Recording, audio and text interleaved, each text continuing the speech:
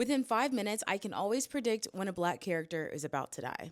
Welcome back to another episode of Read Her Like a Book, a show where we read and then we read. Here, I connect what we always see in books to what we see in media today to encourage more people to think critically about the media they're consuming. New episodes drop every Thursday. What's up, y'all? Happy Thursday. The reason I am so glam and so cute is because I'm about to go to brunch, but I wanted to film this first before I head out and act a fool. So let's get right into it. Today's episode is about foreshadowing. Foreshadowing is a literary device that authors use to plant hints and clues to suggest future plot developments. This device creates tension and suspense and creates a sense of inevitability. The way I'm able to tell an author is foreshadowing a death is through two factors I like to use. One is narrative disposability, and the next is how developed this character is. I'll take each in turn. So narrative disposability means that this character, this person, what they represent, is not central or key to the story. If you remove this character from the story, does the story still make sense? Is it still clear? Does the main character still able to achieve their goal? Yada, yada, yada. And the next is how developed this character is.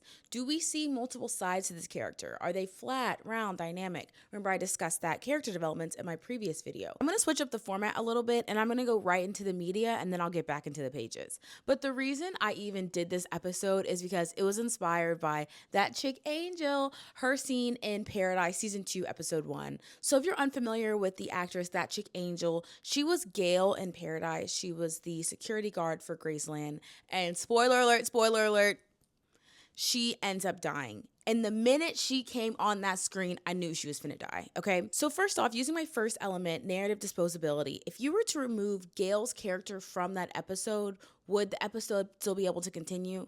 Absolutely. And you can see this through how Gail's even introduced. She introduces herself. She goes up to Annie's car, Shailene Woodley's character, and says, hey, you can't park here.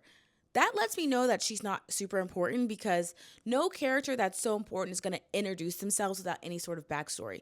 We didn't see how Gail got up that morning. We didn't see her, drive from her family home to work. We didn't see her get dressed, especially being a security guard. Oftentimes people working in those kind of security, those background character roles aren't seen as full, well-rounded characters. I knew from the beginning, I'm like, okay, she's introducing herself. She's helping Annie. She's not that important. Because Annie contrasts out with Annie, Shailene Woodley's character. We met her when she was a little kid. We saw her home life. We understood everything she experienced. And then we follow her, and she's the only character we know in the scene. Remember when she was in the hospital and she was treating those patients? She was around a whole bunch of people, but we didn't know a single person. We only knew her. So that also lets me know, okay, Annie's going to be the main character because she's driving this narrative. You compare that with Gail's character, that chick Angel, her character, we never see that character alone. We always see her in relation to Annie. As we get to know Gail, we just see her as very sweet and very kind. If we go to that second element is how developed is that character? She's not developed at all. She's just a sweet, quote unquote, old lady. And we know that she's supposed to be an old lady because she calls Shailene Woodley's character, Annie, kid. So we know that she's supposed to be the sweet old lady. And then as the show progresses, we recognize that the apocalypse is happening. It's that big, what was it, like a tsunami? And basically the world is falling apart. So I knew Angel's character, it was slowly coming to an end because we didn't even get any time to see her live her life or experience. We see her 5 minutes telling Annie, hey, you need to move your car. And then she sees Annie like very upset and then offers her a job, very sweet, very kind, but we don't know anything about her. And then during the insane weather statement, apocalypse, whatever you want to call it, we see Gail running around frantic. Foreshadowing. She's running around very frantic and you see a flight of stairs. Anytime you see a flight of stairs in media, it always represents a power imbalance. I knew that Angel running up and down these stairs was going to represent her getting injured because in this situation where the world is falling apart, they have no control. Annie and Gail have no control over what's going on. Gail is frantic. Annie's a little more calm. She's a little bit more to herself, but Gail is freaking out. She's running around and she sees a flight of stairs and it's pitch black. That represents that Gail had no power in that situation. And it was almost inevitable that she was going to get injured. And also, it's really important to note that Angel's character called Annie kid to show that how old she was because I mean, not saying I'm like this Elastigirl superhero, but I'm 28. If I fall down a flight of stairs, I'm gonna shake it off. I might, my hip might hurt, my back might hurt, but I'm gonna shake it off. But by foreshadowing that Gail was an older woman, okay, she was falling down the stairs was gonna be detrimental. And what happened when she fell down the stairs? She badly injured her leg to the point where she had an infection. Foreshadowing, foreshadowing. If you have an infection, okay, and there's no medical help, medical care. I mean, Annie did go to med school for like 2 years, but realistically, you can't get the antibiotics you need. She's gonna die. And I also knew she was gonna die in part because she was black.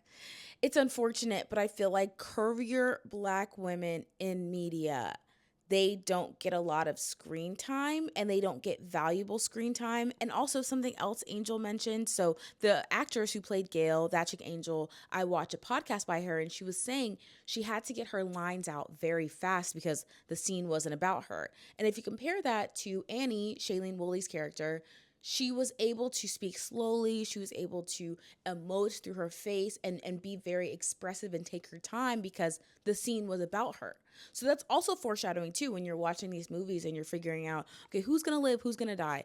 Who is the scene centered around? Who gets screen time? Who do we know their backstory? Who do we know about? And then who's kind of thrown in to aid and help the character? And also another thing, how fast are they speaking? And in that instance, I got really frustrated because it's like so exciting when you see characters that look like yourself on the big screen and getting screen time.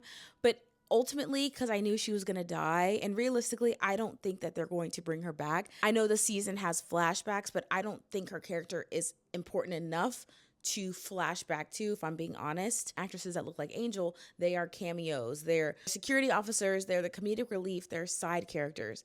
Frustrated with this reality. Sorry, it's very sunny. I think I'm getting frustrated with this reality, and it's like, I almost don't want the actress that chick Angel to take that role because I think she's better than that and I think she deserves to be a series regular. But also, if she turns down that role, they're going to give it to somebody else and now Angel's not going to get the networking and the opportunities that she deserves. So I knew she was gonna die. I knew she was gonna die. Now let's retrack and go back into the pages.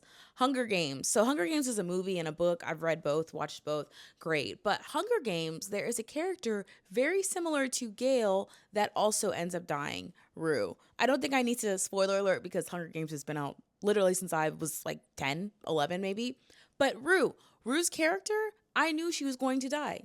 Narrative disposability and character development. So if you look at the narrative disposability, we don't know anything about Rue. We know that she's from District 9, District 10, but her character is not integral to the Hunger Games. She's just another kid that has been chosen for the Hunger Games.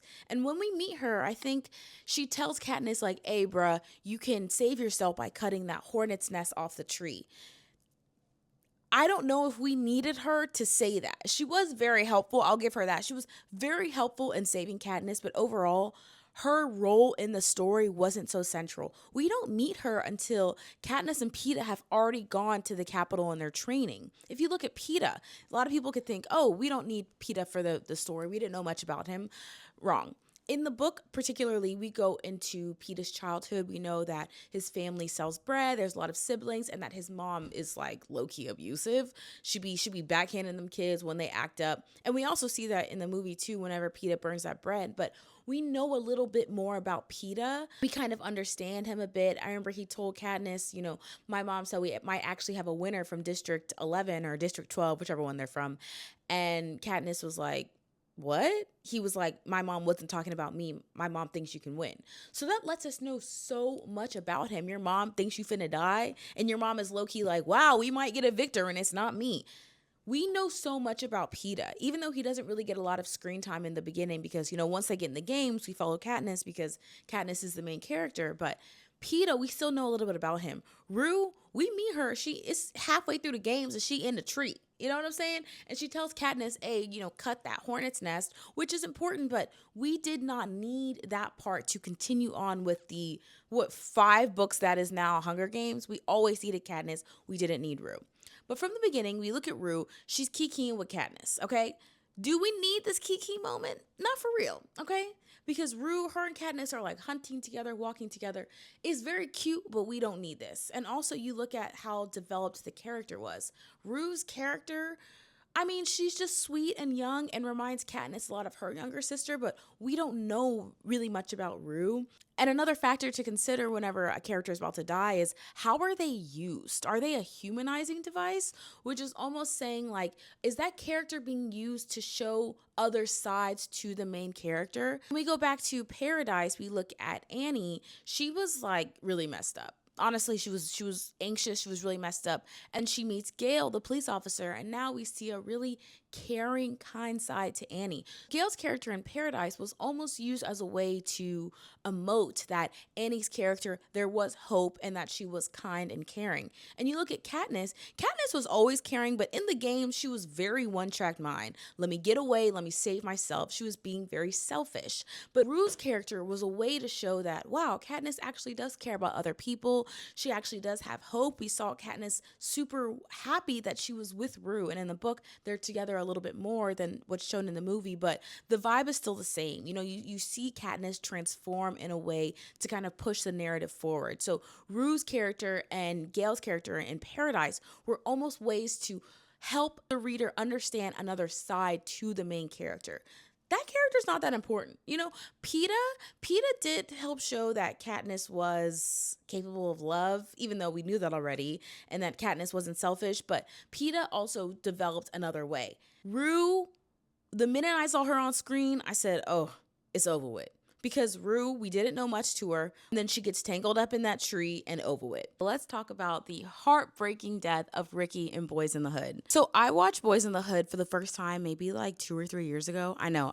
But listen, my parents were so strict about what movies I could watch. So when things were popping and I was like 15, 16, I wasn't allowed to watch those movies. I'm sure everyone in here has watched Boyz in the Hood, but a little general rundown. It follows two close friends, Trey and Doughboy, as they are growing up in Compton, a rough neighborhood, quote unquote, the hood, and kind of like a coming of age story. So Trey has an active mother and father, so he has a little more support, and Doughboy, his father, is not in his life, and his mom doesn't like him because she doesn't like his father, so he is susceptible to joining a gang and ultimately ends up going to prison and then coming back home and joins a gang. So the movie starts with seeing these boys as little kids, and then it jumps to about 10 years later, and we recognize that the circumstances these boys have grown up in are affecting their adulthood and their kind of like teenage years.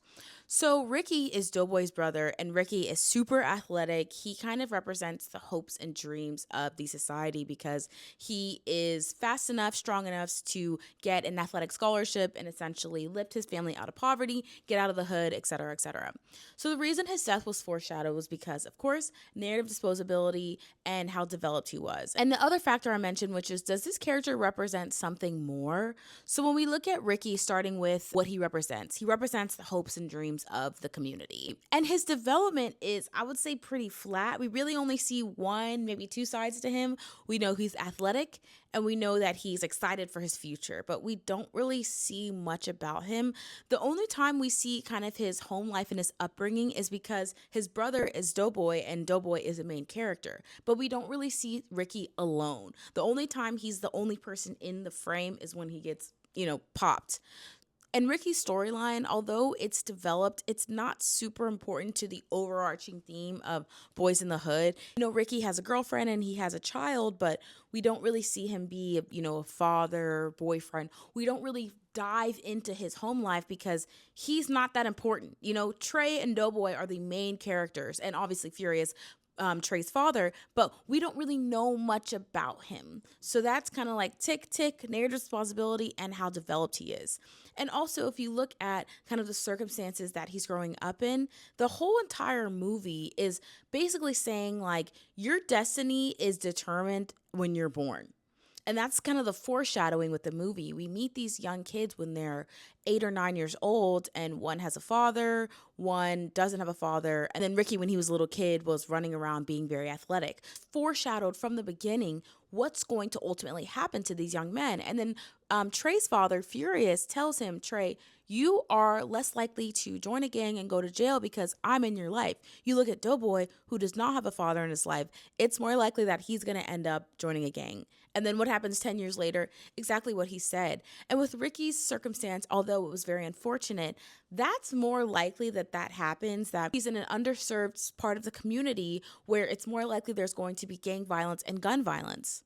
You have to look closely, but there are always signs when a character is about to die. I have one closing PSA for this episode. The next time you're watching a movie or a TV show, ask yourself, who does the narrative think can disappear? That's all for today's episode of Read Her Like a Book. As always, read the media before it reads you, and I'll see you on the next page.